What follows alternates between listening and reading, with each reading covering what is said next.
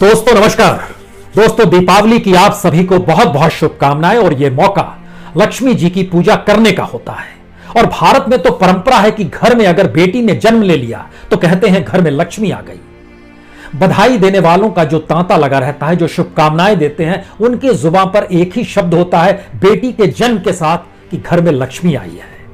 लेकिन यह कल्पना के परे है कि लक्ष्मी जो घर में आई हो वह पैसे के अभाव की वजह से खुदकुशी कर ले। और उससे भी बड़ी त्रासदी यह है कि वह लक्ष्मी अगर पढ़ाई करना चाहती है और स्कूल पास करके कॉलेज चली जाती है, कॉलेज में टॉपर होती है, और उसके बाद जब वो हाई एजुकेशन की दिशा में बढ़ती है तो वह इसलिए खुदकुशी कर लेती है कि पढ़ाई के लिए जो न्यूनतम जरूरतें हैं उसके लिए भी उसका परिवार पैसे मुहैया नहीं करा सकता है। और इस देश के भीतर में यह एक दो घरों का सच नहीं है, सैकड़ों नहीं हजारों घर हैं इस देश के भीतर में। हर बरस ऐसी बच्चियां खुदकुशी करती हैं जिनके पास शिक्षा के लिए, शिक्षा की चाहत है लेकिन शिक्षा के लिए पैसा नहीं है। आज हम आपको एक ऐसी स्थिति से अवगत कराना चाहते हैं और उसके साथ इस देश के उस सिस्टम को भी जानने की कोशिश कीजिएगा जहां पर गरीब छात्रों के लिए, हाशिए के तबके से उठकर हायर एजुकेशन की दिशा में बढ़े हुए बच्चों के लिए एक स्कॉलरशिप की व्यवस्था है। स्कॉलरशिप मंत्रालयों के जरिए मिलते हैं, डिपार्टमेंट्स के जरिए मिलते हैं, यूनिवर्सिटीज में मिलते हैं, कॉलेजेस में मिलते हैं। कॉलेजेस के भीतर में जिस फैकल्टी में बच्चा पढ़ाई कर रहा है वहां से भी उसको कहीं आर्थिक राहत मिलती है। लेकिन यह सिर्फ क्या कागजी बातें हैं? हमें लगता है कि आज इन स्थितियों से आपको अवगत होना चाहिए। लक्ष्मी जी की पूजा जरूर कीजिए। घर में किसी भी बेटी का जन्म होता है तो लक्ष्मी घर में आई है, इसकी बधाई जरूर दीजिए। लेकिन इसके साथ इस एहसास को भी जीने की कोशिश जरूर कीजिएगा कि दरअसल इस देश का सच क्या है और इस देश के पीछे उस सच की त्रासदी क्या है। तेलंगाना की राजधानी है हैदराबाद और हैदराबाद के हवाई अड्डे से तकरीबन 30 किलोमीटर, जो कि शहर से लगभग 20 किलोमीटर दूर है, यानी हैदराबाद से तकरीबन 50 किलोमीटर की दूरी पर एक सादनगर का इलाका है। सादनगर एक ऐसा इलाका है जहां पर 2002 में बिल क्लिंटन भी गए थे। जब वो पोलियो इम्यूनेशन की दवाई दे रहे थे तो वहां के कम्युनिटी हॉस्पिटल में गए थे। सादनगर में जाइएगा तो वहां पर इसरो का ऑफिस भी है और इसरो के सेंटर में डाटा रिसेप्शन, जो अलग अलग सैटेलाइट्स के जरिए होते हैं, उसका एक हेडक्वार्टर भी है। तो सादनगर की पहचान बड़ी शानदार है और हैदराबाद से सटा हुआ इलाका है तो वहां पर रियल एस्टेट ने अपने तौर पर धूम मचा रखी है, खूब पैसा है। चाहे वहां पर डीएलएफ को आप देख लीजिएगा अपने तौर पर, या माय होम को देखिएगा, वहां पर एक संतोषनी ग्रुप है वह भी है, वहां पर स्कंददंशी ग्रुप है, वो बड़ी तादाद में रियल एस्टेट, यानी एक ऐसा शहर है जिस शहर के भीतर में पैसा, पूंजी सब कुछ है।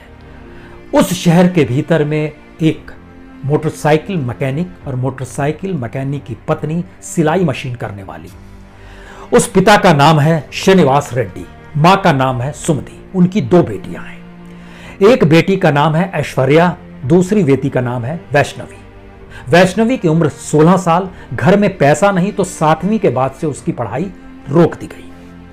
और बड़ी बेटी पढ़ाई में टॉपर है।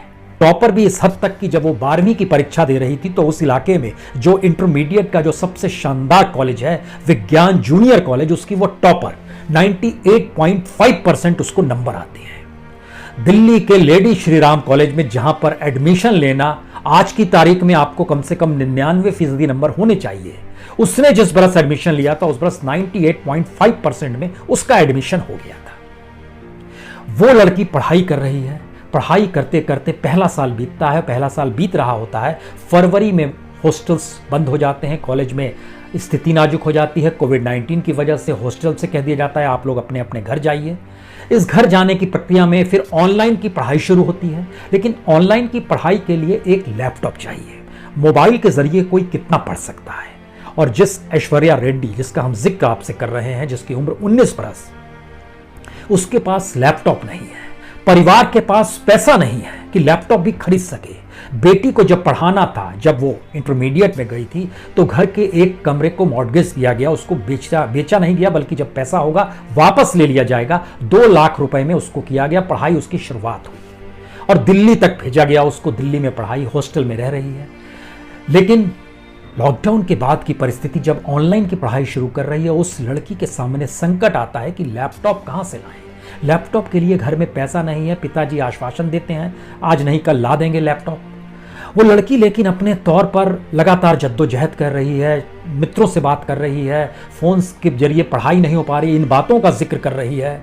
और इन जिक्र को करते करते उसने देखा कि किस तरीके से प्रवासी मजदूरों को बाहर भेजने के लिए सोनू सूद जो कलाकार हैं वह भी लगे हुए हैं। तो वो एक ईमेल सोनू सूद को भी भेजती है। उस ईमेल के भीतर में वो बहुत साफ तौर पर जिन बातों का जिक्र करती है, हमको लगता है पहले उस पत्र के एक हिस्से को आप पढ़ लीजिए। वो लिखती है ईमेल में, मेरे पास लैपटॉप नहीं है, मैं प्रैक्टिकल पेपर दे नहीं पा रही हूं, मुझे डर है कि कहीं मैं इन पेपर में फेल ना हो जाऊं, मेरा परिवार कर्ज में डूबा है, लैपटॉप खरीद पाना संभव नहीं है, मैं समझ नहीं पा रही हूं कि मैं ग्रेजुएशन भी कर पाऊंगी या नहीं कर पाऊंगी। यह उसने सोनू सूद को भेजा। 14 सितंबर को यह ईमेल किया गया और उसके बाद उनके यहाँ जो भी समस्या हो, सवाल सोनू सूद का यहाँ पर नहीं है, सवाल पूरे एक सिस्टम का है और उस सिस्टम में एक बच्ची पढ़ना चाह रही है। लेकिन उस बच्ची के भीतर क्या चल रहा है, कैसे चल रहा है, किन परिस्थितियों में वह रह रही है।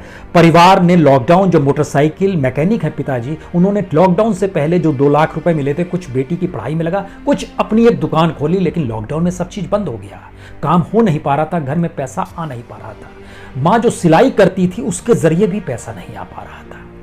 लेकिन बेटी को लैपटॉप चाहिए, पढ़ाई करनी है, वो इस संघर्ष से लगातार जूझ रही है और इस किस मेंटल एस्पेक्ट में होगी शायद कोई समझ नहीं पाता है। माता पिता भी इन परिस्थितियों को देख तो रहे हैं, उसकी बेबसी, और वो पढ़ाई करना चाह रही है।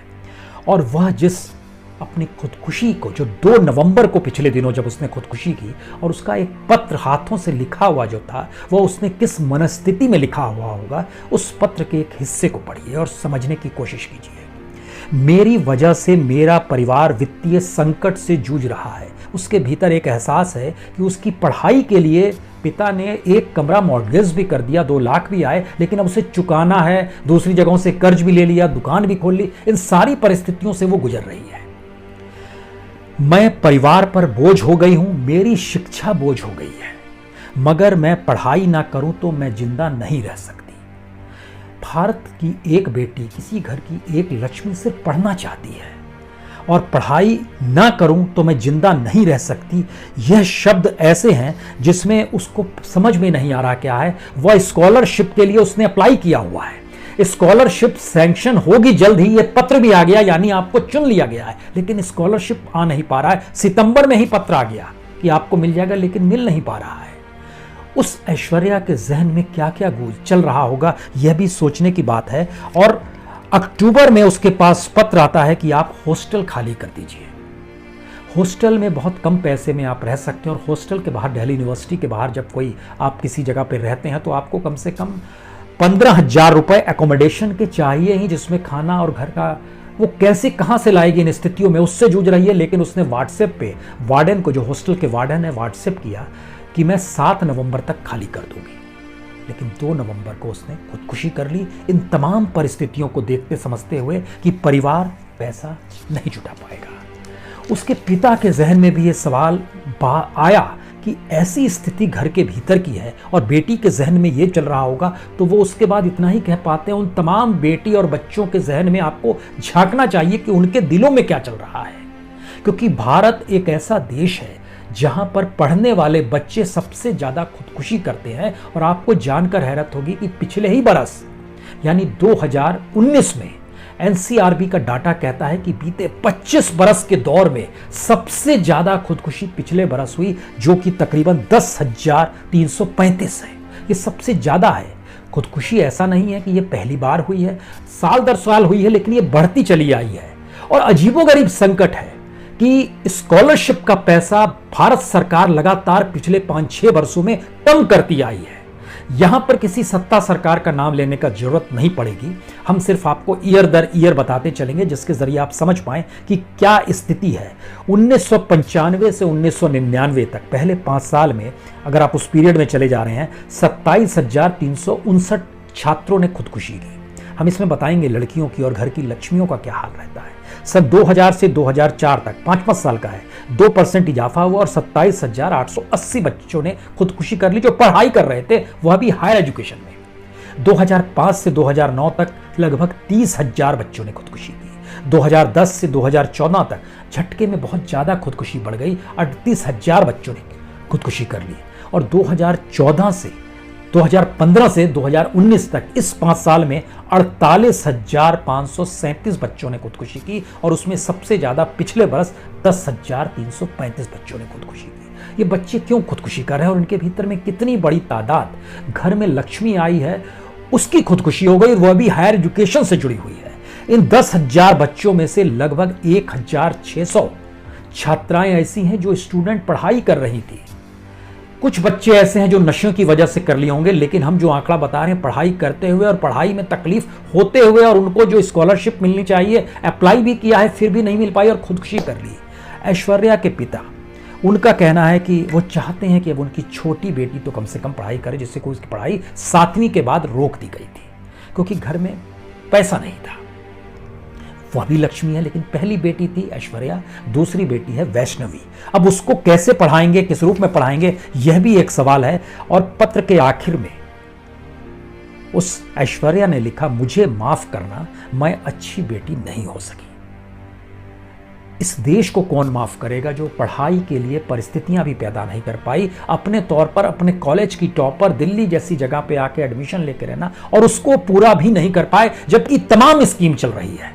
उन तमाम स्कीम के भीतर का सच है, अगर यूनिवर्सिटीज के भीतर जाइएगा और कॉलेज के भीतर जाइएगा तो प्रिंसिपल भी कहती हैं, लेडी श्री राम कॉलेज की प्रिंसिपल ने कहा, हाँ कई स्कीम है, स्कॉलरशिप भी है, मानसिक तौर पर जो परेशान छात्र रहते हैं उनके लिए एक मैकेनिज्म भी है, लेकिन कोई काम नहीं कर रहा है। Ministry of science and technology जो एक इंस्पायर स्कॉलरशिप देती है वह भी उस तक नहीं पहुंच पाया, जो कि अंडर ग्रेजुएट को मिलता है, पोस्ट ग्रेजुएट को मिलता है, पीएचडी करने वाले को मिलता है, एमफिल करने वाले को मिलता है, लेकिन उस तक वो नहीं पहुंच पाया।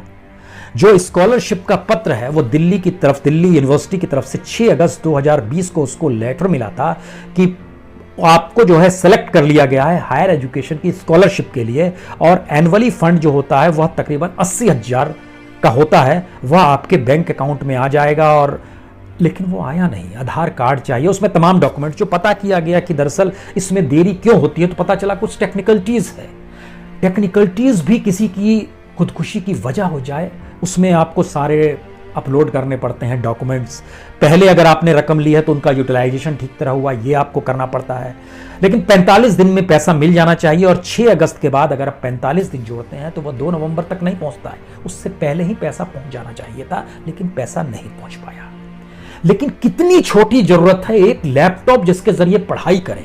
दिल्ली यूनिवर्सिटी में इस बात से पूछा गया था कितने लोगों के पास लैपटॉप नहीं है, जो ऑनलाइन की 27% बच्चों ने कहा था, जो एक सर्वे किया गया, हमारे पास लैपटॉप नहीं है।